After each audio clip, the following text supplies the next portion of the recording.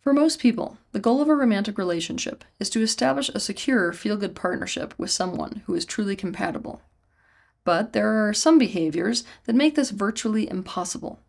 Today, we're going to take a look at the worst, unfortunately common behavior that men have in romantic relationships, a behavior that gives a relationship 0% chance of working.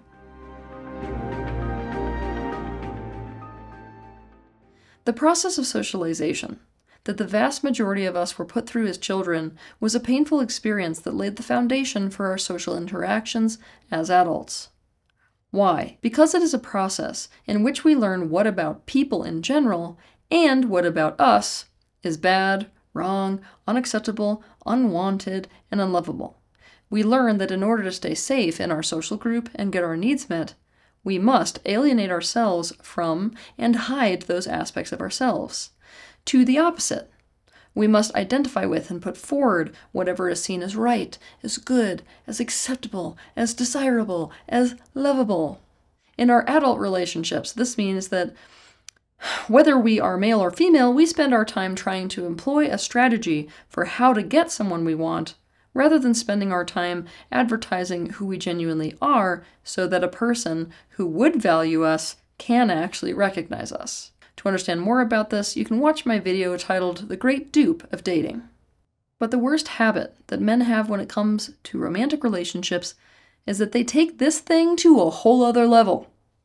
The worst habit that men have in romantic relationships is that they become one man during the hunting phase of pursuing a relationship and then switch to a whole other man when that hunting phase is over and they have actually achieved that relationship. When a man spots a woman that he wants to pursue a romantic relationship with, it can easily be compared to a man who is hunting. Just like a hunter has his mind on one goal, getting the kill, he has one goal in mind, get the girl. But a lot of men don't play it out further than that, and he employs many of the same behaviors that a man does when he is hunting. What do I mean by this? Okay, I'll give you some examples. He learns everything about her so as to increase his odds of being able to achieve his aim. He uses deception, such as camouflage, to disguise anything about himself that might scare off the object of his affection.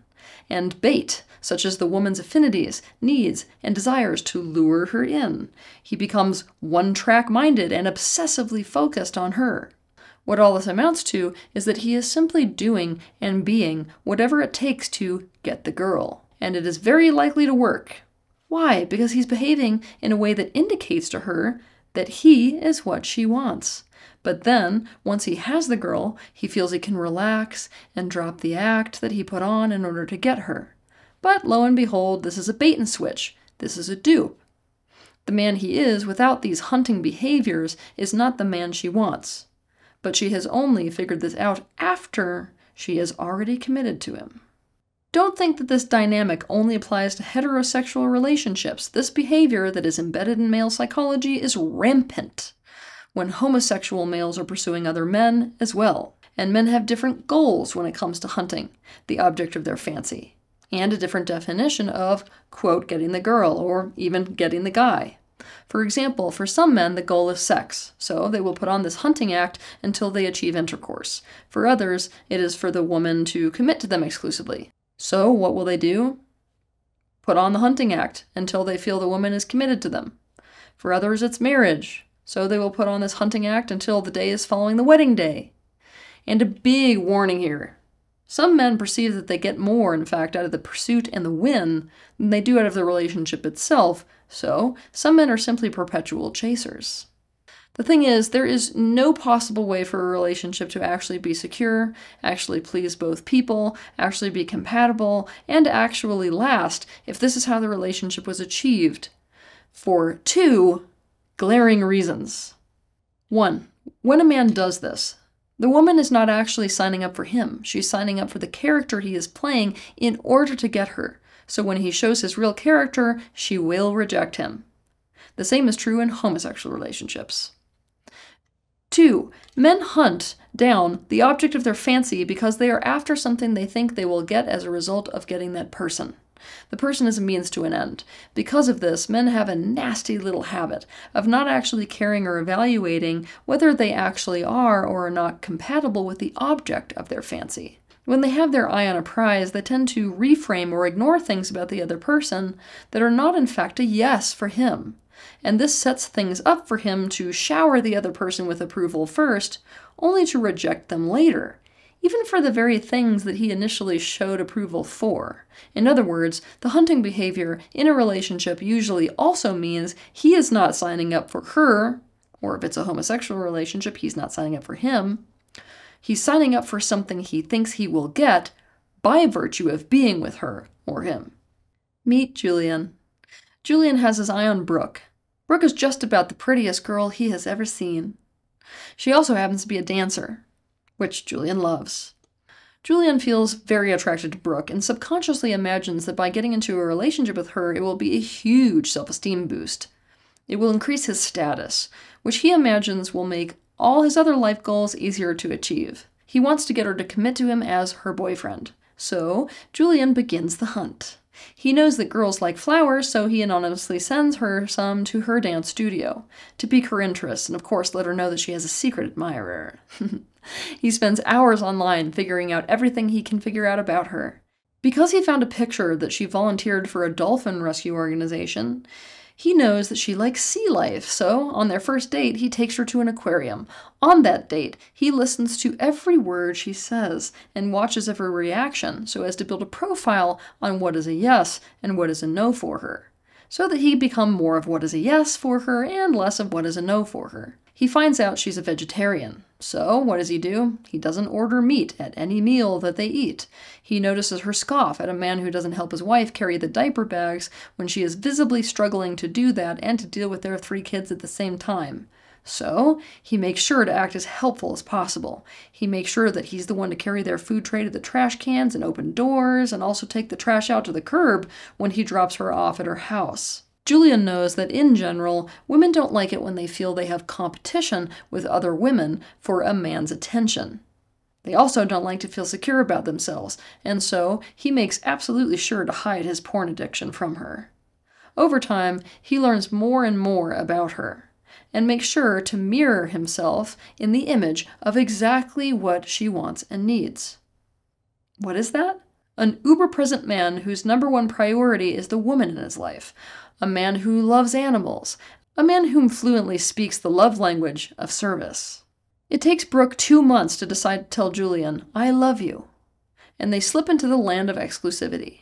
Brooke is now Julian's girlfriend. And now the hunt is over. Julian begins to change. One night, he gets irritated at Brooke's French bulldog snoring and demands that the dog sleep in another room or he will go to sleep on the couch by himself. With Brooke now secured, his attentions go back to his work and his new method of hunting for status, which is to break records on his sales team. He is less and less focused on Brooke, and she finds herself being lonely and feeling not prioritized.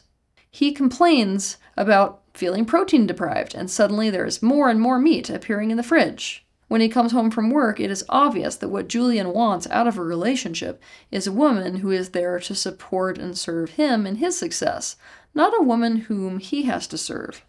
So all the things he used to do to help her out, he no longer does. In fact, it becomes obvious that he expects her to do them for him instead. And she becomes aware that Julian has a serious porn addiction, which makes Brooke feel a deep sense of inadequacy. Brooke is superbly confused. How could this man that she is now with be so different to the man she committed to?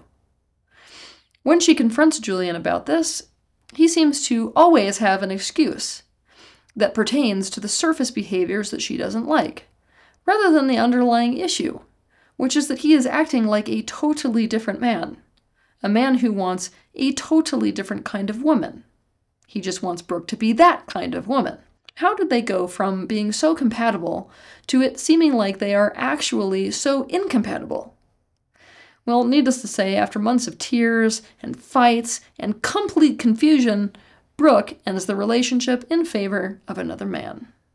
It goes without saying that this problem amongst men is made much, much worse by an entire genre of material out there that is made for men about how to get a girl. Rather than realizing the entire dysfunction of this dynamic and encouraging men to attract a female with what is real about him, experts have made an absolute fortune teaching men how to have game, psychological tricks to use to make a woman fall in love with you, how to make any woman want you, how to get a girl's attention, how to be a player, the secret to getting any woman in bed, seduction techniques, how to convince your girlfriend to marry you, etc., etc., etc. Here is the critical truth that all men need to accept, and it's kind of a slap across the face. That feel-good sensation of having found a strategy that causes you to be wanted by someone isn't actually the result of you being wanted. In reality, they don't want you. They want whatever you put forth so that they would think you are what they want, and you can't keep up an act forever. Even if all you are after is to get someone to have sex with you, it's not you they're having sex with. It's the character you played. So you are using them, and you are actually alone because you've carefully crafted an overlay for them to sleep with rather than you. To understand more about this, you can watch my video titled Overlay: What Prevents You from Having a Real Relationship. When we are interested in a relationship with someone, we want them to approve of us, and we want them to want us. That is our goal, but we cannot go about securing relationships by figuring out what it is that will guarantee that we will be approved of and wanted by them, and then putting that foot forward, or by figuring out what it is that will cause them to reject and not want us, and then hiding those things. We need to show them all of who we are. When we are hunting, we aren't showing them all of who we are. We are hunting, rather than accurately representing our truth. And when it comes to a relationship, just because you have spotted something that you want to hunt doesn't mean that the relationship you are setting up is the one you actually want. If you are presenting only what allows you to, quote, get the object of your fancy, you are prone to changing the truth of who you are as well as changing the truth of what you want.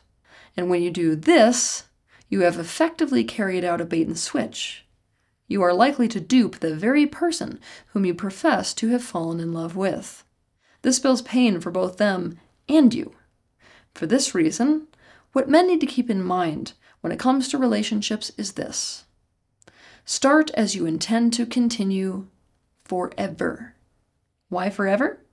Because imagining doing the things you are doing to get the girl, but forever, will show you very quickly what you don't actually want to do and what isn't actually true for you.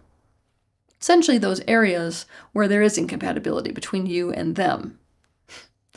It is those areas, after all, that will turn into fights and pain later.